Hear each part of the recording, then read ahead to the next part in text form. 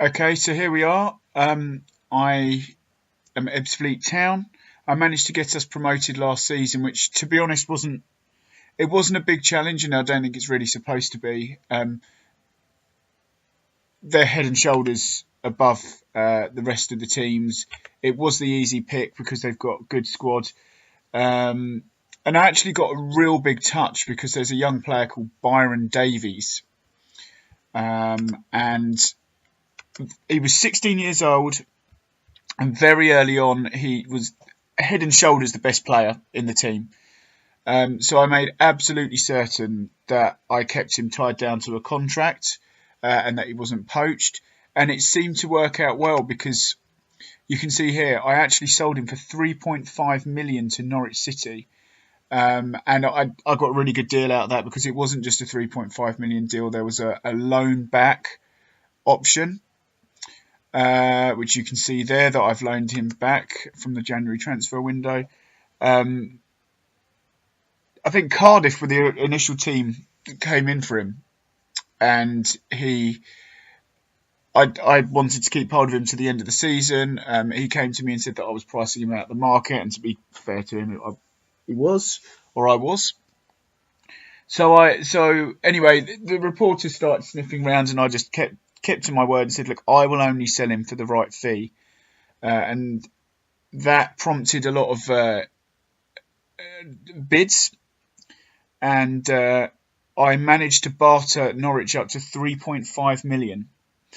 And obviously he's there now. I'm sure he's a lot happier now there. And I mean, you can see his stats there. To start a game with a player like this, there you go. They've loaned him out to Rotherham anyway. So, you know, um, if you look at his stats for a player of his quality to be starting at a team like Ebbsfleet is remarkable. But his name is Byron Davies, and he is there, and that was sheer luck, absolutely sheer luck, that I chose Ebbsfleet, and this player was there.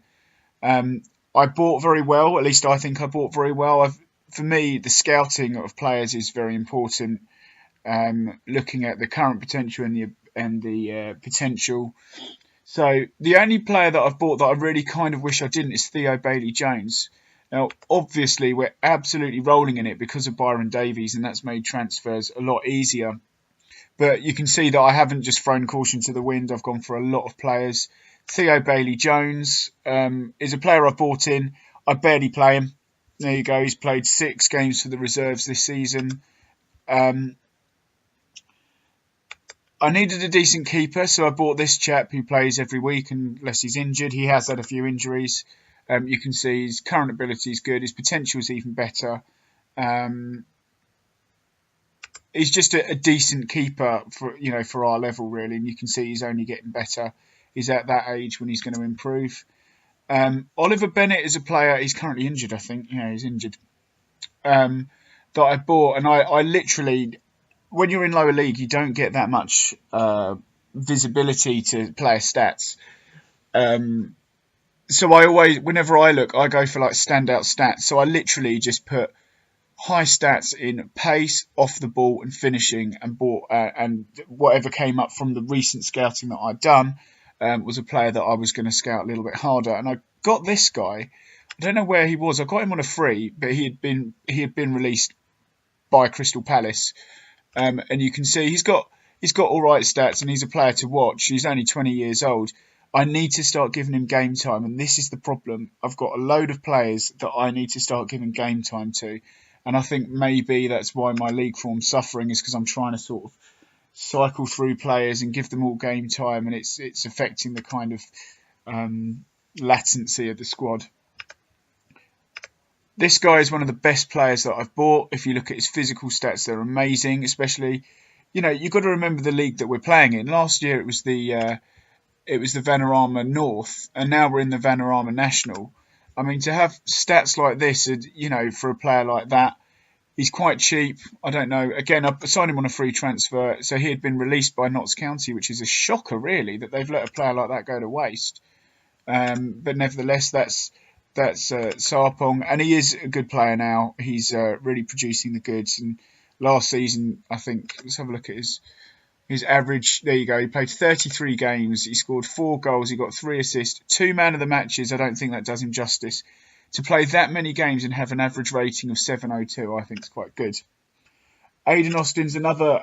He's a winger, and actually, I bought two left wingers. I think Williams and Austin.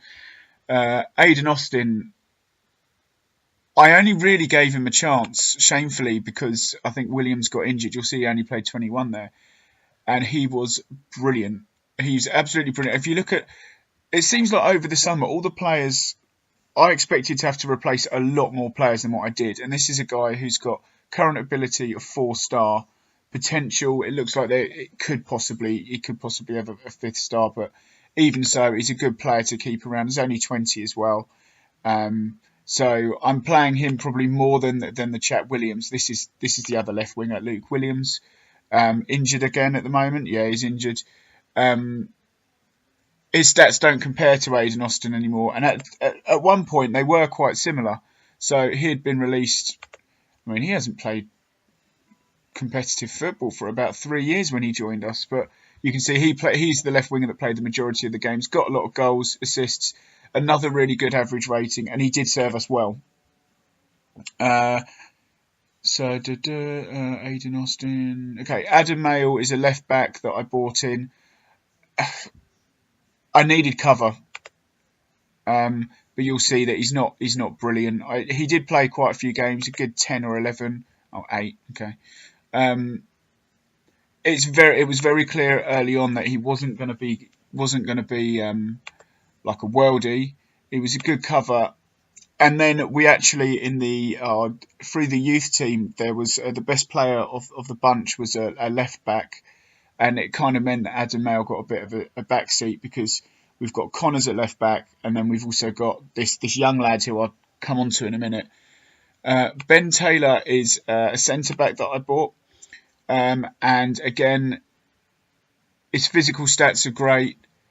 If we look at his stats, he plays regularly for me, week in, week out. He played 25 last year.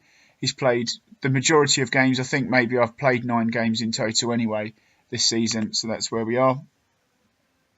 And Max Hazeldine, what a buy he was. Bought in a similar way to what I said I did for Oliver Bennett. And I think you'll find he played a similar number of games.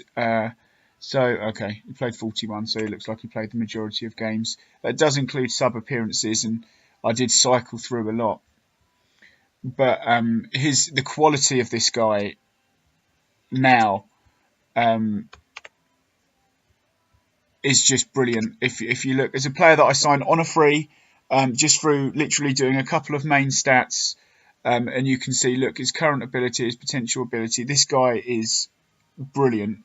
And he's in a bit of bad form at the moment. I need to kind of maybe if he doesn't play well for another couple of games, need to have a word with him. But 10 appearances, 4 goals, 4 assists, 1 man of the match. It's basically a 7 average rating. What average Accrington were doing to release him? I mean, if they're getting rid of him, they must be bloody good if they don't need a player like him. I don't know when was he released. So he was released when we signed him. So strange setup that. But anyway, the only thing I can imagine is that maybe they've got finances are okay. So I honestly don't know why they've released him. But anyway, those are the players I bought last season. They got us up. And then this season, or this summer, you can see a lot of ins and a lot of outs. So I got rid of a lot of deadwood. Two players retired, which obviously I've had to replace. Matt Fish was a right back who, to be honest, I never really played him. We were very lucky not to get McCoy injured. Charlie Sheringham just didn't fit in. I had Hazeldine, I had Oliver Bennett, and then I also had another striker who I don't really play, but he's called McLean. He just wasn't needed. Where is he now? Yeah, no one snapped him up. He's all right. I think he's more of a target man sort of thing, isn't he? Yeah, and I never used him. I actually only played one up front last season, whereas now I've got a bit more variation in my tactics. Bradley Bubb never used. Dean Rance, he kicked off, really got in my bad book, so I just literally stuck him in the reserves and waited for his contract to go. McQueen, Cook, all these players, I just didn't use, just didn't need. Kenny Clark I did, he was a centre back. It's a shame he hasn't got another club. You can see his stats are all right, heading, marking, tackling, positioning. But he was just too slow. And, the centre backs that I bought, so I bought that Taylor guy, and you'll see he's quick. He's quick. And I just noticed that, whenever we were pushing forward and we were playing more of an attacking approach, that it would be a ball over the top and we'd get caught. So I counteracted that by having a covering player with that was able to basically run. Ben Taylor fits that mould, and a player that I already had, which was Billy Holmes. You see he's playing at the moment, and again, it's because I'm rotating the squad and making sure everyone gets a game and making sure players develop. Because, look, I think I'm going to stay up this season. I'm not overly fussed if I don't make promotion this season. But we've got quite a young squad. And, hey, why have the morale gone down again?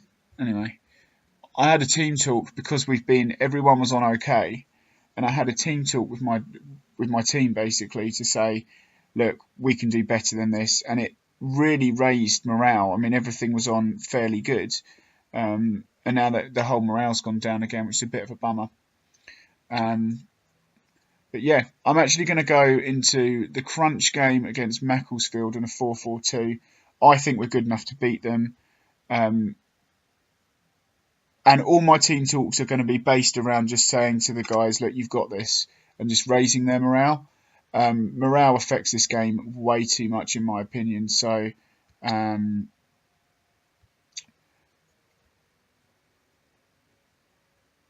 make sure he doesn't play a game midweek. It's all about raising morale for these, so I'm just gonna do that and make sure that everyone's happy.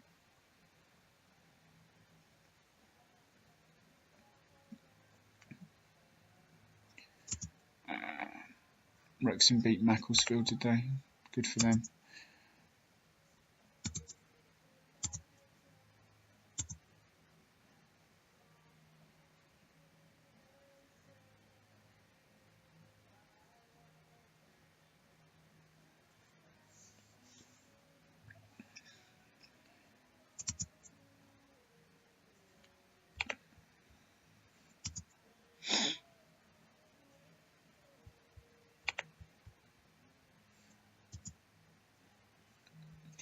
Right, so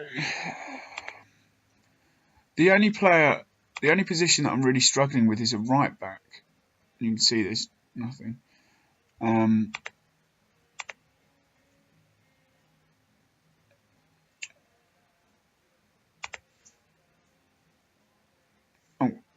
I know that the advice is to go to a more flexible lineup. So far, I think my current tactics have done well. I'm not going to tinker with them too much. I'm not going to increase defend duties or reduce support. Obviously it's asking me to basically change a support to a defender and one to attack by the looks of things, but I'm not going to. I'm very happy with my tactics at the moment. And if you look down here, my right back got injured, which was Marvin McCoy. I really need to find a decent right back, and ideally, because he's getting on a bit, one that I can start to blood into the team and use. But Marvin McCoy was absolutely brilliant for me last season. Oh, he is back actually, so that's handy. I'll put him straight back in. Winfield was a rock for me last season as well, and he's actually my captain. So there you go. Billy Holmes, like I said, it's a tie-up between him and Ben Taylor. Ben Taylor's the better of the two, but I don't want to be in a position where players aren't playing and they're getting unhappy. So I'm just trying to do some subtle rotation. which for this game has gone out the window. Apart from Holmes, Holmes is solid. Holmes played many games for me last season. Yeah, there you go, 30 games. He actually played more than Winfield, who's ever present this season. So I'm not worried about that change. It's not an experiment as such. Jack Connors was one of the best players in the team aside from Byron Davies. And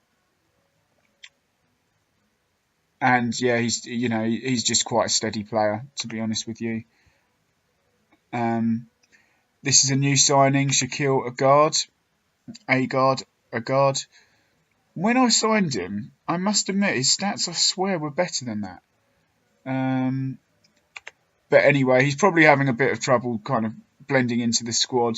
But this is the training that I've got him on, the routine, and it's about getting him games. I think the main reason I bought him is because he's got a good dribbling stat. Yeah, he's got good pace, good.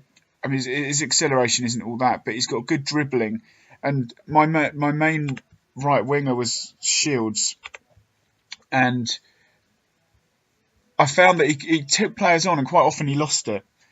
So this is just a bit of an upgrade on Shields. Shields again is another kind of change I've made me pre-season. I've played him for a few games to give him some game time and keep him interested, and it kind of backfired. So I've gone to put a guard back in.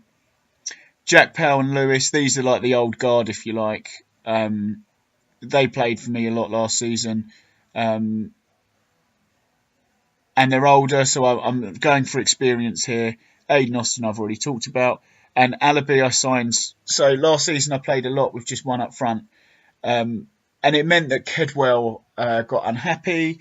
And I've got Aaron McLean there, who's injured now. But he's another sort of target man there. So what I've done is I brought in this guy purely because his stats were amazing. He's young. And I thought, right, I'm going to go for a 4-4-2 this season. You know, it works well in this. All the advice that I've had is use a 4-4-2, go fairly direct. So I'm going for it this time. So that's what I'm doing. And I'm just literally going to go. We're going to play Macclesfield. Hopefully we're going to beat them. And it will be great. So, yeah.